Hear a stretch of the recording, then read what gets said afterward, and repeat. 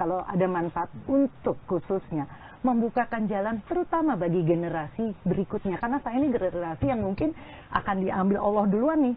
Tapi kalau saya tidak membukakan jalan buat mereka semua untuk mendapatkan kesempatan peluang yang lebih baik, ngapain saya? Terus saya cuman bilang, ya Allah saya pengen deh dapat tiket mati, tapi saya cuman pakai sedekah ala biasa atau ngaji-ngaji biasa, kata Tuhan, enak aja, kamu juga harus kerja, turun. Kira-kira itu sih.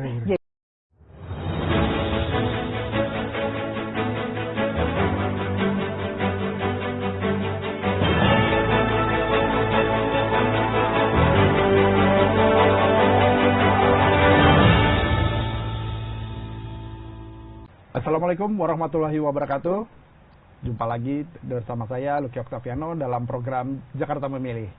Di program ini seperti biasa kita akan berbincang dengan para calon legislatif yang akan maju dalam pemilu 2024. Nah, spesial untuk kali ini adalah tamu saya yang berkecimpung di dunia politik ya, dari Partai Persatuan Pembangunan, dari P3. Ada Ibu Sintawati. Ya, nah, boleh saya manggil Mbak aja ya? Oh, ya. Boleh. Baik, pemirsa, bersama saya sudah Mbak Sintawati yang mencalonkan diri di daerah pemilihan Jakarta 2, di mana daerah pemilihan itu Dapil 2, Jakarta 2 itu adalah terkenal dengan dapil neraka ya, karena banyak pesohor, banyak tokoh-tokoh yang sudah berkecimpung lama di dunia politik ada di sana. Tapi bagaimana kiat-kiatnya, bagaimana nanti merangkul para konstituen supaya bisa terpilih, nanti kita bincang lebih jauh dengan Mbak Sinta. Apa kabar Mbak Sinta? Alhamdulillah baik. Gimana Mas? Terima kasih sudah datang ke podcast Jakarta Memilih di Warta Kota ya, Mbak. Terima kasih juga bisa silaturahmi ke sini. Iya, kita akan berbincang lebih jauh supaya sobat Warta Kota nanti bisa tahu seperti apa nih profil dari Mbak Sinta nih gitu. Insya Allah. Yang pertama pengen tahu aja sih Mbak, alasan Mbak Sinta turun atau berkecimpung di dunia politik. Ini dunia yang buat sebagian orang itu ya, termasuk saya nggak cocok jadi politikus. Suka alergi gitu ya, tapi Mbak Sinta justru terjun ke dunia politik. Bagaimana Mbak? Terima kasih. Mungkin background saya juga beda banget sih Mas. Kebetulan saya itu belum pernah punya medsos sekalipun sebetulnya. Saya orang yang tidak suka menyiarkan kegiatan saya. Oh begitu. Jadi saya itu kerja terakhir untuk broadcast company itu mungkin tahun 2007-an. Tapi sebelum itu saya sudah melakukan banyak kegiatan sosial. Saya sangat tertarik khususnya di bidang pendidikan. Saya adalah pelopor. Orang pertama yang mendirikan sekolah Islam full berbahasa Inggris dengan konsep percepatan. Jadi anak kelas 1 SMA udah bisa kuliah. Anak kelas 1 SD kami latih untuk bisa diskusi, presentasi, maju berdebat dalam bahasa Inggris. Mulai kelas 1 SD. Karena saya cuman melihat waktu itu, kebetulan saya bekerja di berbagai perusahaan televisi. Waktu itu kebetulan posisi saya membuat saya harus memilih karyawan. Saya beberapa kali dibajak perusahaan-perusahaan TV baru. Saya harus rekrut karyawan. Saya juga harus membantu teman-teman dari divisi lain untuk menyeleksi mereka. Jadi jujur teman-teman redaksi jadi deket segala macam karena banyak juga yang lewat tangan saya gitu. Dan saya kebetulan salah satu anggota dari penyeleksi program juga. Jadi mungkin kecepatan bekerja, berpikir untuk melihat sesuatu lebih cepat, menilai sesuatu lebih cepat itu yang akhirnya membuat saya berpikir kayaknya saya harus nyebur di dunia pendidikan. Karena saya ngerasa banyak sekali kebutuhan tenaga kerja yang belum bisa dipenuhi dengan kondisi pendidikan yang ada. Dan saya melihat problem terbesar adalah miskin. Dan saya pengen banget orang lain itu punya duit. Bisa bahagia, bisa membuat negara dan bangsa ini lebih maju, semuanya happy.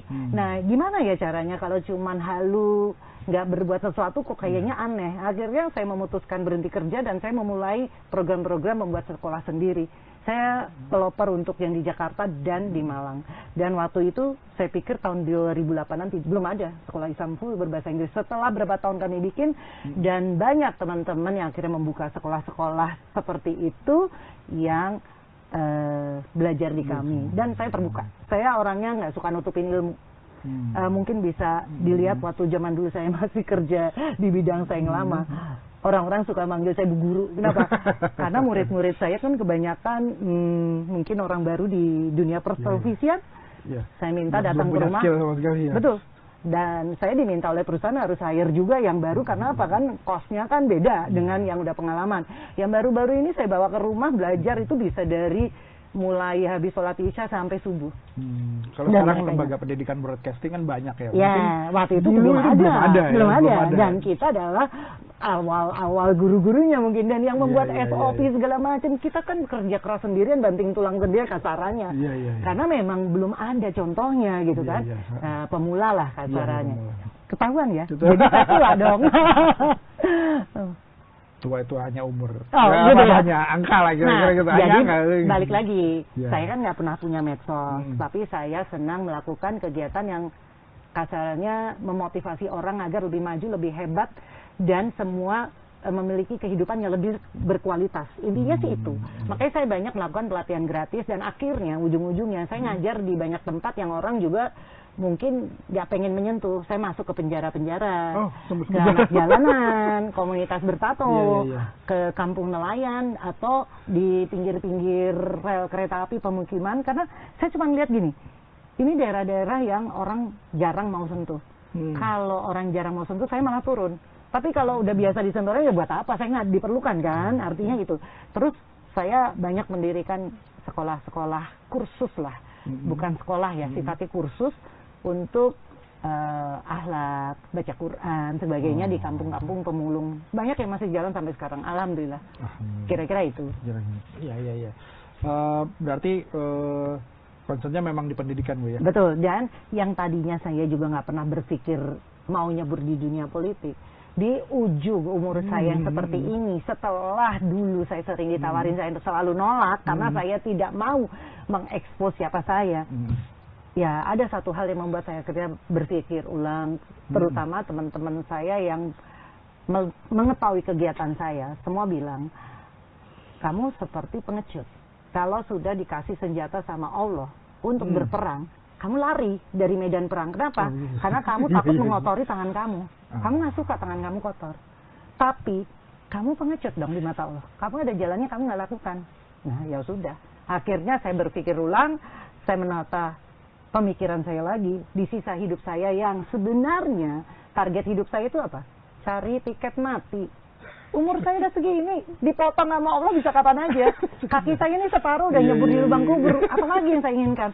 Dunia glamor dulu kerja di broadcast udah biasa saya kenal. Tapi saya bukan orang yang tergoda dengan hal seperti itu. Saya tidak suka hal-hal yang branded atau gitu-gitu, itu biasa aja bagi saya. Sekarang zamannya orang semua dan top gitu. Jadi sekarang saya mikirnya cuma satu, ya udah kalau ada manfaat untuk khususnya membukakan jalan terutama bagi generasi berikutnya, karena saya ini generasi yang mungkin akan diambil Allah duluan nih. Tapi kalau saya tidak membukakan jalan buat mereka semua untuk mendapatkan kesempatan peluang yang lebih baik, ngapain saya? Terus saya cuma bilang, ya Allah saya pengen deh dapat tiket mati, tapi saya cuma pakai sedekah ala biasa atau ngaji-ngaji biasa, kata Tuhan, enak aja, kamu juga harus kerja, turun. Kira-kira itu sih. Jadi bagi saya politik ini adalah jembatan untuk membagi kesempatan peluang bagi generasi berikutnya. Siapa tahu kalau saya masuk di situ ada hal-hal positif yang bisa saya berikan kepada orang lain. Karena ini sesuatu yang mungkin tidak semua orang punya kesempatan kan masuk di dunia tersebut. Kira-kira itu. Nah, kan bicara soal nanti pemilu dan sebagainya yang masuk ke dunia politik. Nah, sekarang Mbak Cinta ada di Dapil Jakarta 2, di mana ini adalah orang-orang bilang tadi seperti bilang dapil neraka gitu ya. Karena saingannya banyak banget, sementara kursi yang tersedia sedikit gitu ya. Nah, apa sih Mbak kiat-kiatnya, ada nggak sih strategi untuk gimana supaya bisa lolos nih? Itu kan Gini, saya serahkan kembali kepada Allah tentunya ya, hasil akhirnya. Yang penting saya berusaha. Tapi kebetulan tanpa sengaja, apa yang saya lakukan puluhan tahun ini dalam melakukan kegiatan sosial, itu sangat bermanfaat. Dulu saya sering bantu teman-teman ngajar gratis. Ternyata teman-teman saya ini banyak yang linknya tuh ada yang ke PKK, posyandu, PAUD, atau di penjara. Saya kan juga bantu ngajar di berbagai penjara. Ada juga yang ngajar di penjara tertentu yang di dapil saya. Terus saya dulu suka ngajar atau ngasih bantuan di kampung-kampung kumuh, walaupun bukan di dapil saya. Karena jujur, yang saya lakukan di dapil saya itu adalah sekolah Islam full berbahasa Inggris pertama itu di dapil saya di Jakarta Selatan, di Radio Dalam. Yang kedua saya bikin di dapil saya itu di sampingnya salah satu apartemen di Fatmawati, Kampung Pemulung. Saya bikin kursus ngaji gratis sudah berjalan dari tahun 2018. Yang itu ya, terus itu yang di dapil-dapil saya. Tapi kalau di luar dapil saya, alhamdulillah walaupun tidak langsung saya bantu di dapil saya, ternyata link saya yang biasa saya bantu tuh banyak banget punya link-link komunitas yang mohon maaf nih ya, kalangan bawah. Dan kalau saya kan memang temannya lebih banyak kalangan bawah. Mungkin berbeda dengan dunia kerja saya dulu, kinclong, glamor. Tiba-tiba saya kok jadi mau ya belusuan gitu. Ya ternyata memang ya jalanin aja hidup dan happy-happy aja dimanapun kita berada, ya kan? Dan itu mungkin saya cuman berpikir mudah-mudahan orang-orang yang setelah mengenal saya, yang tadinya tidak sayang, jadi lebih sayang. Kenapa? Paling nggak mereka tahu bahwa saya punya mimpi dan ambisi untuk membantu mereka menjadi lebih berkualitas hidupnya. Cari duitnya lebih gampang, nggak pusing mikirin besok harus bayar kontrakan, nggak punya duit, itu gimana caranya. Jadi mungkin saya nggak punya uang yang cukup, tapi mungkin bisa membagi ilmu, koneksi, link, networking, peluang, apapun, insya Allah. Seperti itu kira-kira. Nah, di dapil 2 ini kan ada Jakarta Selatan, Jakarta Pusat, dan luar negeri. Nah, untuk yang luar negeri gimana, Bu? Luar negeri kemarin kebetulan saya baru lewat ke negara Taiwan, terus Arab Saudi, Malaysia, Hong Kong, dan Singapura. Jadi yang saya temui memang lebih banyak teman-teman pekerja migran Indonesia. Yang saya lihat satu, permasalahan paling utama apa? Semangat atau mental mencari ilmu. Banyak teman-teman kita migran yang sukses, itu mereka belajarnya dari YouTube. Sambil dia bekerja apa saja di sana, dia tuh masih mau meningkatkan diri dengan belajar dari YouTube. Tapi banyak juga yang membuang waktunya waktu libur cuman untuk ngobrol-ngobrol, makan enak, duduk manis. Yang kita sedihkan gini, gimana kalau pulang ke Indonesia cuma bawa duit? Berapapun akan habis kalau nggak punya ilmu. Ilmu memanage uang, mengembangkan uang, dan sebagainya, dan sebagainya. Dan problem itu kayaknya berkaitan dengan masalah pendidikan. Pendidikan lagi. Apa? Ternyata mental pemikiran untuk mengelola uang, tidak membelanjakan uang, tapi memutarkan uang, itu belum maksimal diajarkan. Makanya semangat yang kita buat melalui sekolah-sekolah yang kita dirikan, dari kecil udah diajarin cari duit kasarannya. Karena kan Nabi Muhammad SAW 9 tahun sudah mengembala kambing, 11 tahun udah dagang ke negeri Syam, dan umur 18 sudah mapan. Itu cita-cita kita. Dari kecil anak-anak udah kita bangkitkan semangatnya. Mohon maaf ya, sekarang kan pegang HP senangnya anak kecil. Apa kalau saya sering ngajar di PAUD-PAUD yang mohon maaf yang untuk masyarakat bawah. Yang kalau kita tanya hobinya apa? Mobile Legends juga, Mobile Legends ya. Kaget juga. Terus kalau ibunya hobinya apa? Drakor. Akhirnya apa? Bagaimana 10 tahun lagi generasi kita berikutnya kalau ibunya terjebak drakor, anaknya terjebak Mobile Legends. Cuman itu doang. Sedangkan dunia kerja, mengembangkan usaha nggak pernah diobrolin dari kecil. Jadi kalau saya sih berusaha untuk menyebarkan ide semangat. Setiap orang itu berhak kaya duluan. Jadi selalu motonya apa? Siapa bilang anak kecil nggak bisa kaya duluan? Motonya itu. Karena apa? Semangatnya adalah setiap orang mulai mikir. Kalau ngelihat ada kelompok manusia banyak, jangan mikir pengen jajan di situ dan nongkrong bareng. Mikirnya apa? gue bisa jualan apa bisa di jualan sini? apa di sini? Nah, Jadi jiwa entrepreneurnya dididik Iya. sejak dini. iya. Karena Itu ya. saya ini kan biasa ngumpul sama guru-guru, karena dunia saya setelah saya tidak di broadcast kan bikin sekolah. Jadi banyak pelatihan dari Pedanka atau segala macam, saya sering ngumpul. Coba curhatnya apa? Banyak sekali orang tua murid tidak mendukung proses anak berjualan. Jadi ada sekolah nih SMK, dia cerita sama saya, ibunya pada protes waktu anaknya disuruh jualan. Bu guru, anak saya jangan disuruh jualan karena anak saya pokoknya kalau diajarin bikin produk oke, tapi disuruh jualan jangan dong gitu. Jadi aneh, bukannya mendukung, tapi malah membuat anaknya jadi minder, malu kalau jualan tuh malu. Kayak hina gitu, kayak sesuatu yang hina. Padahal yang disasarkan bukan itu sebetulnya, adalah keberanian. Ya, keberanian, lalu berstrategi juga, kemudian berbisnis sehingga dan terpupuk sejak dini. Dan saya kan sering berkecimpung di dunia pendidikan, jadi tahu bahwa keluhan-keluhan personalia, khususnya untuk lapangan kerja menengah ke bawah, apa yang terjadi? Presentasi memperkenalkan diri aja nggak percaya diri, natap muka aja nggak berani, bikin tulisan tentang suatu hal aja nggak bisa. Jadi dia mau ngelamar, mohon maaf nih, jadi sales, toko aja belum tentu diterima. Ya karena matanya waktu diajak ngomong aja lari-lari. Terus jawabnya nggak tegas gitu. Padahal banyak banget orang-orang yang tenaga kerja usia tersebut yang membutuhkan pekerjaan, tapi mempersiapkan diri untuk interview aja masih belum maksimal karena mungkin sekolah tidak memberi kesempatan. Kenapa? Karena kalau kelompok besar, coba ingat deh, kalau satu kelas isinya 30 orang, kebagian nggak maju. Apalagi kalau namanya Z. Wah, depan. Yang boleh maju siapa?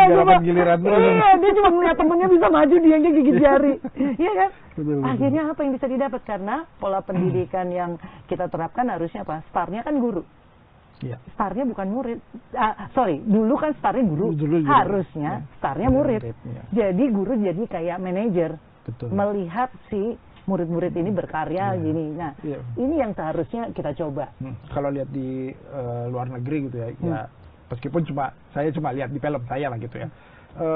Anak-anak sekolah itu diajarkan untuk mengekspresikan diri. Jadi masing-masing ya maju ke depan lalu bercerita soal apa, soal apa. Nah, itu yang menurut saya di sekolah di sini ya, pendidikan di Indonesia itu masih belum maksimal lah ya. Mengekspresikan diri. Sehingga ketika ketemu orang di wawancara atau apa gitu, dia tidak bisa mengungkapkan ide dan sebagainya. Dan itulah yang membuat saya pertama kali bersedia untuk kasarannya mengorbankan uang harta saya untuk bikin sekolah-sekolah tersebut. Karena sekolah itu tidak ada yang untung subsidi terus. Karena apa? Modulnya versus pengeluarannya segala macam itu jauh lebih berat daripada pendapatan ya. Tapi saya tetap jalan, kenapa? Karena waktu kita pergi ke tempat yatim piatu, duafa, atau tempat masyarakat bawah, itu banyak banget anak-anaknya yang kalau dikenalin malu-malu, nggak percaya diri, terus nggak bisa bercerita. Ya seperti yang tadi Mas bilang. Jadi kita prihatin, dan karena background saya sales, saya gemes aja kan. Karena kalau orang sales kan lawannya harus bisa mengekspresikan. Gimana mau jualan kalau waktu yang sempit harus jualan. Gitu loh. Waktu yang sempit harus memberikan ide-ide yang baik biar, kalau saya kan motonya cuma satu, setiap detik apa yang saya omongin mudah-mudahan ada manfaat biar Allah ridho, dicatat nih sebagai bagian ibadah saya. Bahwa kan kasarnya gini, seburuk-buruknya orang punya pengetahuan nggak mau bagi ilmunya atau pengetahuannya, sebaik-baiknya orang yang setiap saat mau berbagi walaupun cuma secuil. Sebenarnya receh deh, tapi mudah-mudahan ada manfaat. Iya, betul. Iya, kan apa namanya? Kalau kembali ke soal dapil dan sebagainya nih Bu. Kita tahu kan mak-mak nih ya, mak-mak dari sekarang istilahnya mak-mak itu punya peran besar ya. Nah, bagaimana Mbak Sinta, artinya mereka kan bisa dirangkul nih, bisa dirangkul jadi konstituen dan sebagainya lah, atau bagaimana yang selama ini pasti punya kenalan mak-mak banyak. Kalau kenalan mak-mak banyak, mungkin orang lain lebih banyak juga punya kenalan, mungkin ya. Saya nggak tahu juga pemetaannya mereka bagaimana, tapi saya cuman berpikir bahwa apa yang saya lakukan ini tidak ada beban sama sekali bagi diri saya. Saya anggap bagian dari bakso saya yang biasa saya lakukan. Saya kan biasa terjun ke masyarakat, kan memang ketemunya lebih banyak dengan ibu-ibu, ya. dengan kalau ya wanita. Udah biasa banget memotivasi mereka bagaimana membuat mereka berpikir bahwa mereka itu adalah cahaya di antara kegelapan. Mau keluarganya nggak punya duit kayak apapun, dia tetap bahagia. Menyebarkan kehangatan kepada anak dan suami, bukan malah jadi jutek dan emosi ya gara-gara kondisi dan situasi, tapi jadilah lilin cahaya di antara kegelapan. Ya itu aja sih yang bisa saya share, karena kalau saya kan rumusnya, pengalaman saya kan kerjanya sales marketing, sedangkan basic saya ngambilnya dari Islam. Ya udah, semua ya syukur, sabar, sedekah, ya kan, cuman itu rumusnya, nggak ada cerita putus asa dan sebagainya. Ya itu yang tips-tips yang saya bagi-bagikan sebenarnya lebih ke pengalaman kerja, pengalaman hidup, dan itu sebenarnya bukan gara-gara nyalek saya bagikan ya. Sebenarnya saya jauh sebelum udah emang duluan, karena saya cuman gemes ngelihat ada orang yang selalu merasa dirinya paling menderita di dunia. Kalau saya masuk ke penjara kan semuanya merasa dirinya paling menderita. Tidak bisa bangkit lagi, melo, dan sebagainya. Dan saya gemes melihat itu. Makanya saya nih mungkin hobinya emang memotivasi orang biar semangat, cheerful, bahwa hidup itu cuma main-main. Jadi kalau masa lalu ada yang nggak menyenangkan, tutup buku aja, lihat ke depan, ngapain lagi buka-buka lagi gitu kan. Nah, move on lah ya. Iya, jangan baper. Iya, karena rumusnya kan tadi ya, sabar, syukur, sedekah, sabar, syukur, sedekah. Sabar, syukur, sedekah. Iya. 3S. Iya, sama apa? Dana dan usaha. Dana dan usaha itu pentingnya. Ya. Salah satu kegiatan Mbak Sinta kan saya dari beberapa sumber gitu ya, adalah tebus murah sembako ya. Kenapa Mbak tebus murah? Kenapa nggak dibagikan gratis? Iya, biar mereka ada usahanya lah, walaupun nggak banyak. Soalnya kalau cuma gratis aja kan mengajarkan orang jadi tidak mau ada usaha. Jadi ada usaha sedikit aja, itu ada rewardnya. Kan sebenarnya itu sama dengan rumus Allah. Kata Allah, buat kamu yang lagi ditimpa masalah, kalau kamu tetap bersyukur, alhamdulillah, dan mau berusaha, aku kasih rewardnya lebih cepat. Jawaban doamu lebih cepat dibanding yang ngomel-ngomel, kenapa saya Tuhan, kenapa saya yang dipilih menjadi miskin atau menjadi teraniaya. Tapi kalau dibilang alhamdulillah, alhamdulillah, makanya saya suka pelajari motivasi itu tuh salah satunya, oh ternyata di antara 8 pintu surga tuh satu tuh dibuka dengan kata-kata apa? Alhamdulillah setiap saat. Cuman alhamdulillah, kamu nggak boleh ngomong, kenapa saya? Kamu cukup ngomong alhamdulillah setiap ada musibah. Ternyata pintu surga tuh dibukain. Keren banget nggak sih? Jadi apa? Semangat, usaha, doa, sedekah, jadi cahaya di antara kegelapan. Jangan ikut-ikutan gelap di antara gelap. Tambah gelap nanti. Gimana Allah mau nolong kan? Iya. Artinya kan memang ujung-ujungnya kan rezeki dari Allah. Tapi kan manusia harus berusaha untuk merubah sesuatu, ya kan? Jadi ya Allah juga selalu ngasih rezeki itu sebenarnya katanya nih, tergantung orangnya megang. Ada yang megang gelas, ada yang megang ember, ada yang megang tong. Ya kalau megang gelas mungkin dia cuma cukup ya. Jadi kalau lebih luber. Ya. Nggak baik juga. Ya. Benar-benar filosofi yang bagus. Ya, boleh cerita kan cuma dukungan orang-orang terdekat nih. Dari keluarga, teman dekat dan sebagainya, seperti apa sih ketika Mbak Sinta memutuskan untuk terjun di politik? Mereka menyerahkan ke saya sepenuhnya, karena kebetulan kami sekeluarga bukan orang politik sih sebetulnya. Tidak ada, tapi kami semua motivator gratisan. Motivator gratisan. Suami, saya, dan anak tuh hobinya ngajar gratisan. Di mana-mana saya ganti-gantian nenteng mereka untuk saling memberi pencerahan. Bukan sok tahu kita lebih punya pikiran cerah ya, enggak. Cuman paling tidak membagi cerita, karena kita ini jauh lebih tua. Jadi bukannya saya sok tahu, karena kebetulan lebih tua aja kan, jedotnya udah duluan. Jadi udah ngalamin. Tapi kan empirik. Ya. Artinya udah mengalami. Jadi keluarga saya bukan orang berpolitik dan juga tidak ingin sesuatu yang mencari keuntungan mungkin ya, Iya, pikir iya, orang betul. mungkin gitu. Nggak ada sih keuntungan yang pengen dicari dari sini. Keuntungannya cuma satu, pengen cari tiket mati doang. Cari tiket mati. Karena kalau saya moto hidup saya dengan umur saya segini, dunia tuh udah kelar buat saya. Saya udah nggak berurusan dengan masalah dunia. Yang saya pikirin sekarang cuma di mana akhirat gue lebih baik. Kenapa? Karena kebetulan saya punya banyak teman-teman mualaf. Dan teman-teman mualaf itu sering ngobrol ke saya apa? Kami tidak peduli di mana startnya, tapi kami peduli bagaimana kita finish dan endingnya. Luar biasa. Ayo berlomba sama kita. Keren nggak? Keren. Nah dari itu malu Keren. dong kalau Keren. kita tuh dari kecil lo udah diajarin gini, lo masih biasa-biasa aja tuh masih ngeluh. Karena mereka tuh bilang, kami aja untuk mendapatkan pencerahan aja udah harus belajar, harus apa, harus nah kamu ada kesempatan belajar kok masih dari lahir gitu. Iya. Dari lahir lah ibaratnya itu. Iya, iya. Jadi kalimat itu yang memacu kita, oke, gitu. Betul. Jadi dukungan keluarga ya total pasti ya.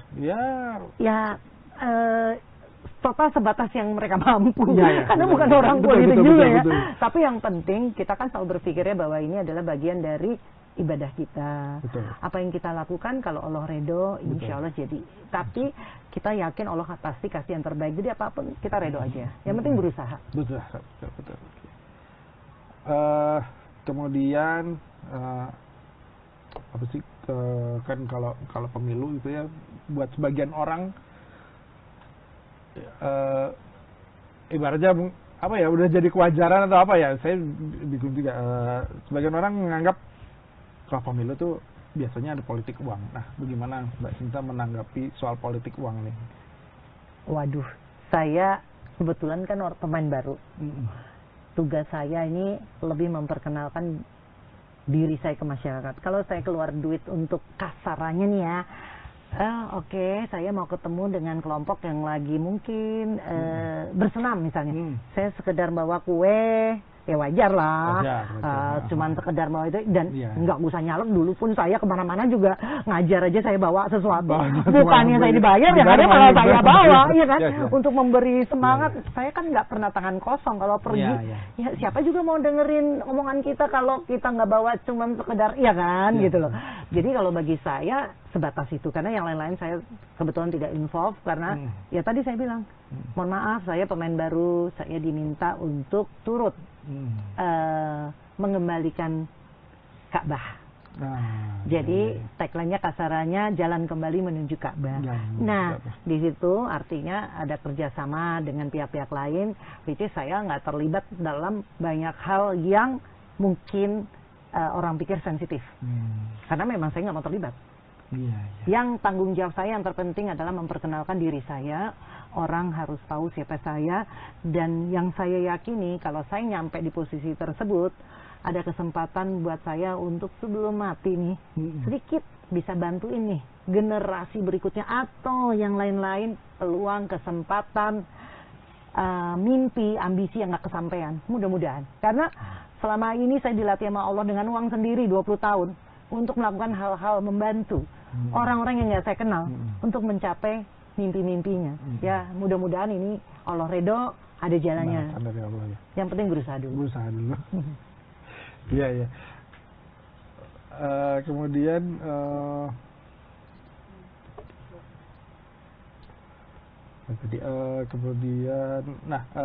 di kalau kayak di luar negeri itu ya, yang apa namanya diaspora gitu-gitu juga jadi bagian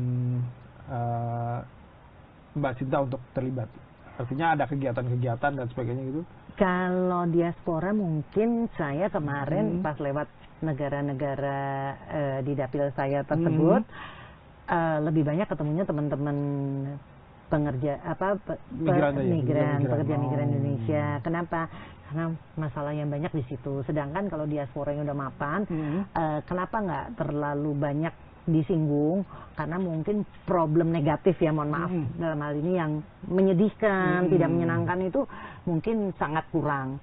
Lah kan lebih banyak di TNI. Mereka sudah bisa mengatasi ya, sendiri ya, gitu, karena mereka lebih punya ini. Tapi saya sangat ingin involve, makanya saya sempat juga ketemu dengan beberapa teman-teman ketua PPPI. Karena kebetulan anak saya sendiri kan kerja juga di London. Jadi ya iya, sebenarnya iya, banyak iya, hal lah. iya, iya. Dan anak saya yang satunya lagi kan dulunya juga sekolahnya di Singapura.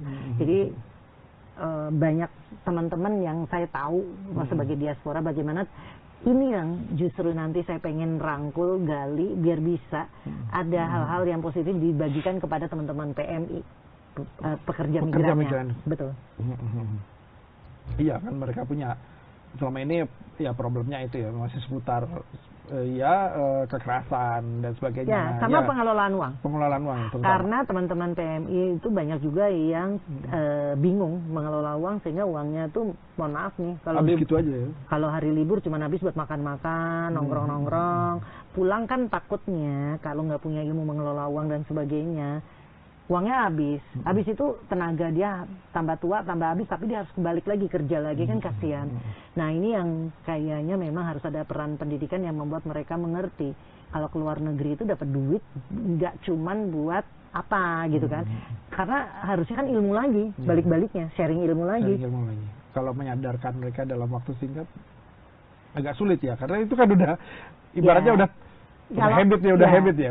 Kalau harapan saya kalau nantinya bisa dicegatin di agen. Pelatihannya memang harus maksimal harus ada membuat mental spiritual mereka tuh dikuatkan dulu. Jadi mereka nggak kaget waktu pegang duit nanti. Karena banyak hal sih yang kayaknya mereka masih belum maksimal dalam memanage keuangan dan sebagainya. Kasihan juga gitu, karena memang belum ada yang ini ya mengajarkan lah kira-kira gitu. Oke, baik. Menarik.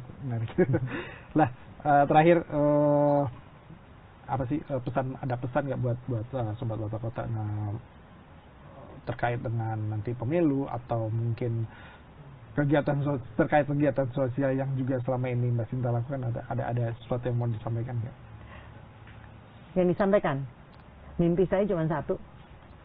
Saya pengen banget pendidikan di Indonesia itu dipersingkat, dipercepat. Siap kerja. Anak mudanya waktu lulus nggak bingung, gue harus kerja apa, kasihan. Saya cuma mikir, ya Allah, kalau saya punya semua power, mungkin 3 SMP udah penjurusan. Karena saya berkecimpung di bidang sekolah, jadi saya itu gemes saya ngelihat lama banget gitu loh. Lama banget. Sampai kuliah ya. Begitu keluar kuliah pun juga. Iya. Jadi nggak ngerti mau ngapain. Anak saya kan dari 1 SMA udah pada kuliah. Anak saya 18 tahun udah sarjana. Kenapa? Core kita ngikutin Nabi Muhammad SAW. 18 tahun udah matang. Memang banyak hal yang membuat kita itu tidak sinkron dalam regulasi ya. Tapi ada hal-hal yang bisa diterobos. Karena gini, negara maju seperti di Swiss, 3 SMP udah mulai penjurusan loh. Habis itu praktek kerja. Di Singapura, 1 SMA bahkan pakai ijazah SMP udah bisa kuliah. Banyak. Nah, kenapa saya ngerti? Karena saya pelopor sekolah yang pakai izin internasional, waktu itu belum dibredel gara-gara kejadian JIS ya. Itu saya masih pakai izin itu. Itu untuk sekolah Istanbul berbahasa Inggris. Jadi kita bisa mengkader anak-anak 1 SMA untuk langsung kuliah, jebret. Pilihan. Ada juga yang, saya nggak mau meninggalkan dunia SMA karena begitu indahnya dunia SMA. Jadi saya maunya sampai lulus SMA. Ya udah terserah. Tapi buat yang, mau nggak? Ya, iming-iming saya. Jadilah anak kecil yang bisa kaya duluan. Nah, jadilah anak kecil yang punya mimpi ambisi. Seperti siapa? Al-Fatih di usia 21 tahun sudah menaklukkan Konstantinopel. Sedangkan kamu 21 tahun ngapain? Pacaran doang. Minta duit lagi sama orang tua apa pacaran? Aduh, gemes nggak sih? Ya, maksud saya membangkitkan semangat bahwa siapapun bisa maju lebih dulu walaupun umurnya masih muda. Semangat dan mimpi ambisi itu yang pengen kita tularkan. Karena di luar negeri itu terkenal banget. Apa coba? Orang Indonesia doyannya belanja. Konsumtif. Doyannya ngobrol. Doyannya ngobrol. Ngopi sekarang. Terus saya jadi ingat nih, saya dulu pernah ke India, zaman dulu banget. India kan, mohon maaf ya, terkenalnya juga banyak yang kurang mampu. Tapi saya nggak pernah ketemu anak-anak muda nongkrong main gitar, ngopi-ngopi, rokokan di pinggir gang. Di sana kayaknya orang miskinnya kerja semua deh. Makanya saya bingung gitu, kenapa ya di Indonesia banyak banget yang main gitar doang gitu-gitu.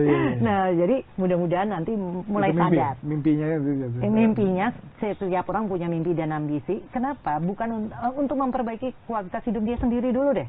Habis itu dia bisa berbagi kepada yang lain sehingga negara bangsa ini memiliki generasi-generasi berikutnya yang memang tangguh, yang nggak melo, nggak baper, terus semangat dan emang cocok di dunia kerja, di lapangan kerja dimanapun kepake banget, karena memang mereka semangat. Kalau belum tahu pun pokoknya maju dulu ya. Apa orang sales mungkin kalau sebagai orang produksi tahu dong orang sales apa? Bonek kan nekat pokoknya, pokoknya nekat apapun. Gitu kira-kira. Oke. Menarik.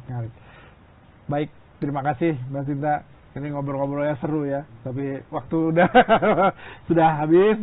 Kira-kira banyak hal yang positif yang ditularkan oleh Mbak Sinta ke masyarakat. Nah, Insyaallah. Pemirsa, tinggal bagaimana pemirsa menilai Mbak Sinta apakah layak jadi caleg. Nah, mudah-mudahan dengan penjelasan tadi Mbak Sinta, ngobrol-ngobrol banyak, pemirsa sobat Warta Kota bisa tahu siapa sebenarnya Mbak Sinta ini. Kalau dipilih, kalau oke, silahkan dipilih. Kalau nggak oke, tetap dipilih.